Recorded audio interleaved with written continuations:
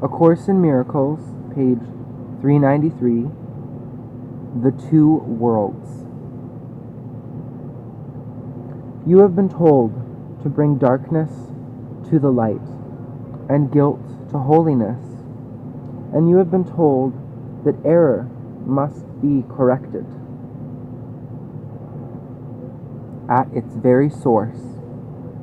Therefore, it is the tiny part of yourself, the little thought that seems split off and separate,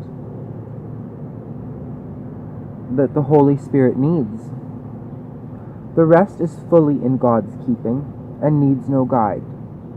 Yet this wild and delusional thought needs help because it's delusion.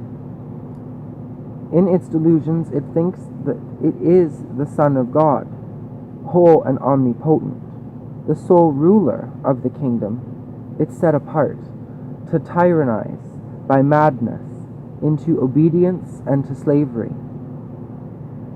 This is the little part of you that you have stolen from heaven. Give it back to heaven. Heaven has not lost it, but you have lost sight of heaven. Let the Holy Spirit remove it from the withered kingdom in which you set it off, surrounded by darkness, guarded by attack, and reinforced by hate. Within its barricade is still the tiny segment of the Son of God in your heart, complete and holy, serene and unaware of what you think surrounds it. Be you not separate, for the one who does surround it has brought union to you, returning your little offerings to darkness, to the eternal light. How is this done? It is extremely simple. Being based on what this little kingdom really is, the barren sands, the darkness, and the lifelessness, are seen only through the body's eyes.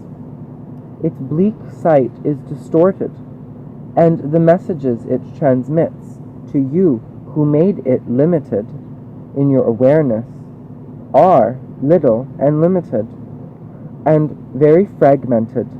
They are meaningless. From the world of bodies made by insanity, insane messages seem to be returned to the mind that made it, and these messages bear witness to this world, pronouncing it as true. For you sent forth these messengers to bring this back to you.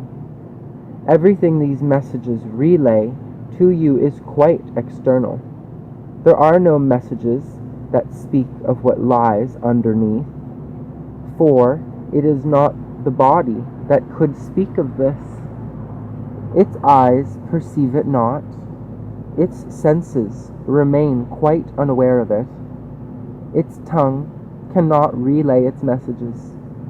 Yet God could bring you there, if you are willing to follow the Holy Spirit through seeming terror, trusting Him not to abandon you and leave you there, for it is not His purpose to frighten you, but only yours.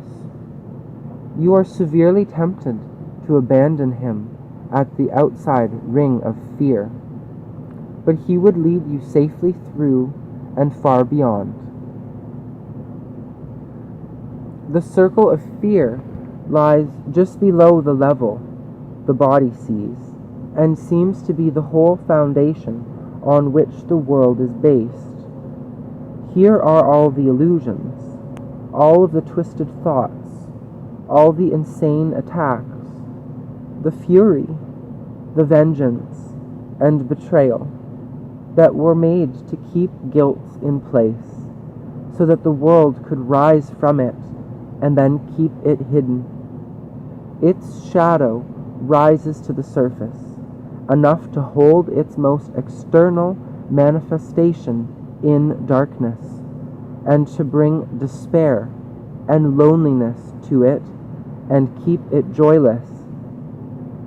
Yet its intensity is veiled by its heavy covering and kept apart from what it was made to keep hidden.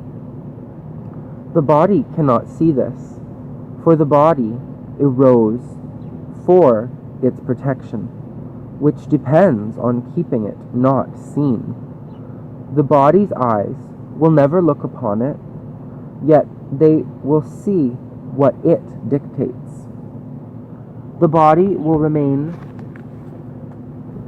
guilt's messenger and will act as it is directed, as long as you believe that guilt is real. For the reality of guilt is the illusion that seems to make it heavy and opaque, impenetrable, and a real foundation for the ego's thought system.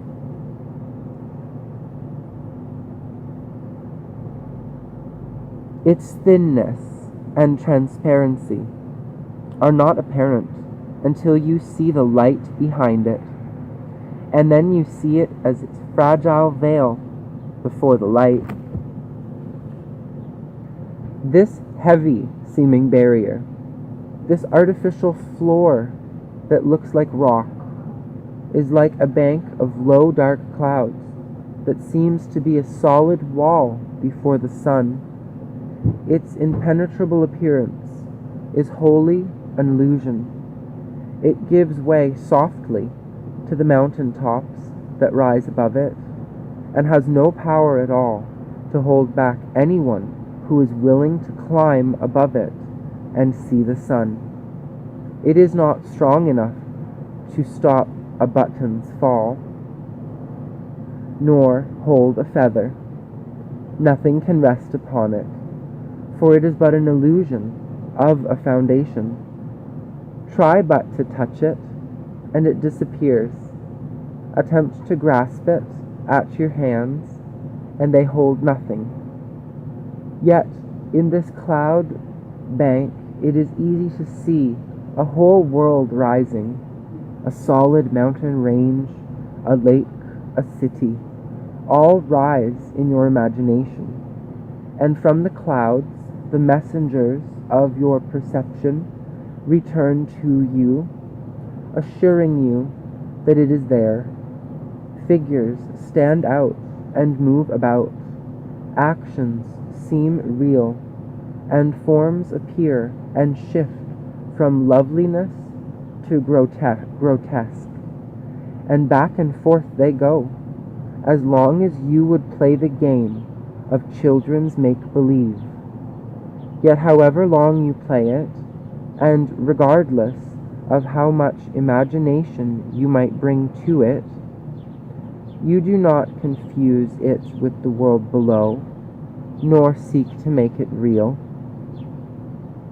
So should it be with the dark clouds of guilt, no more impenetrable and no more substantial.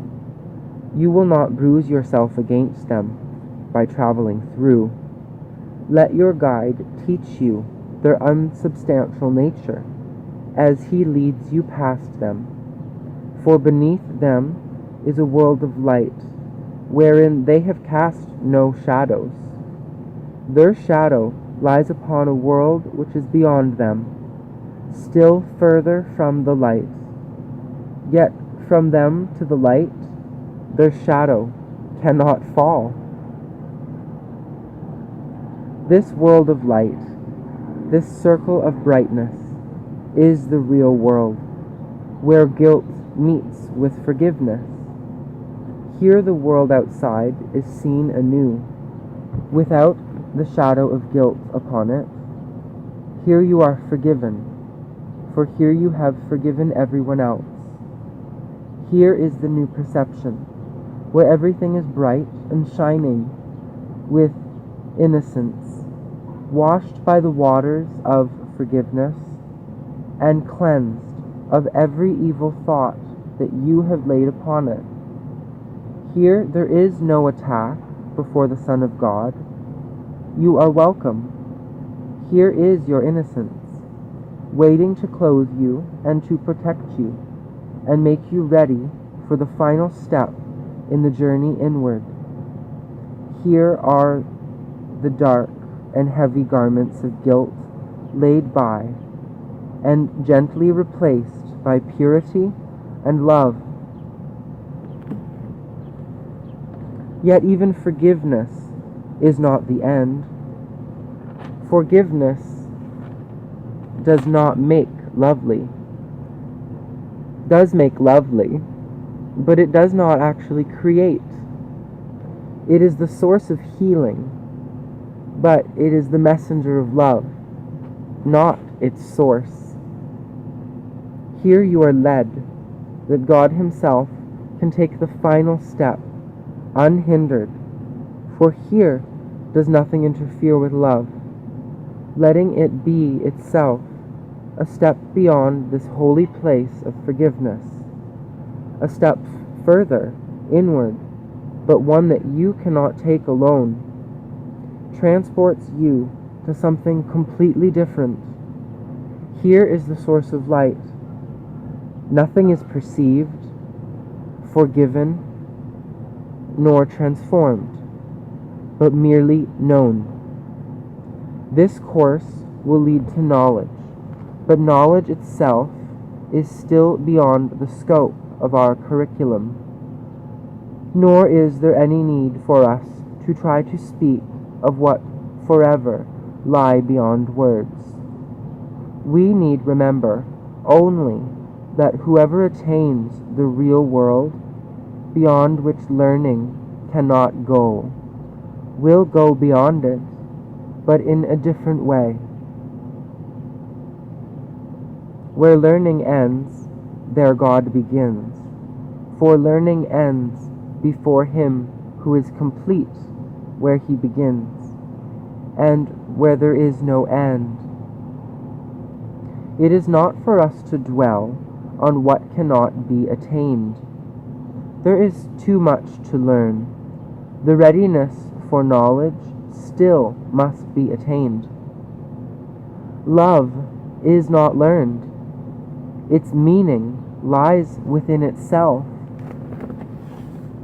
And learning ends when you have recognized all it is not.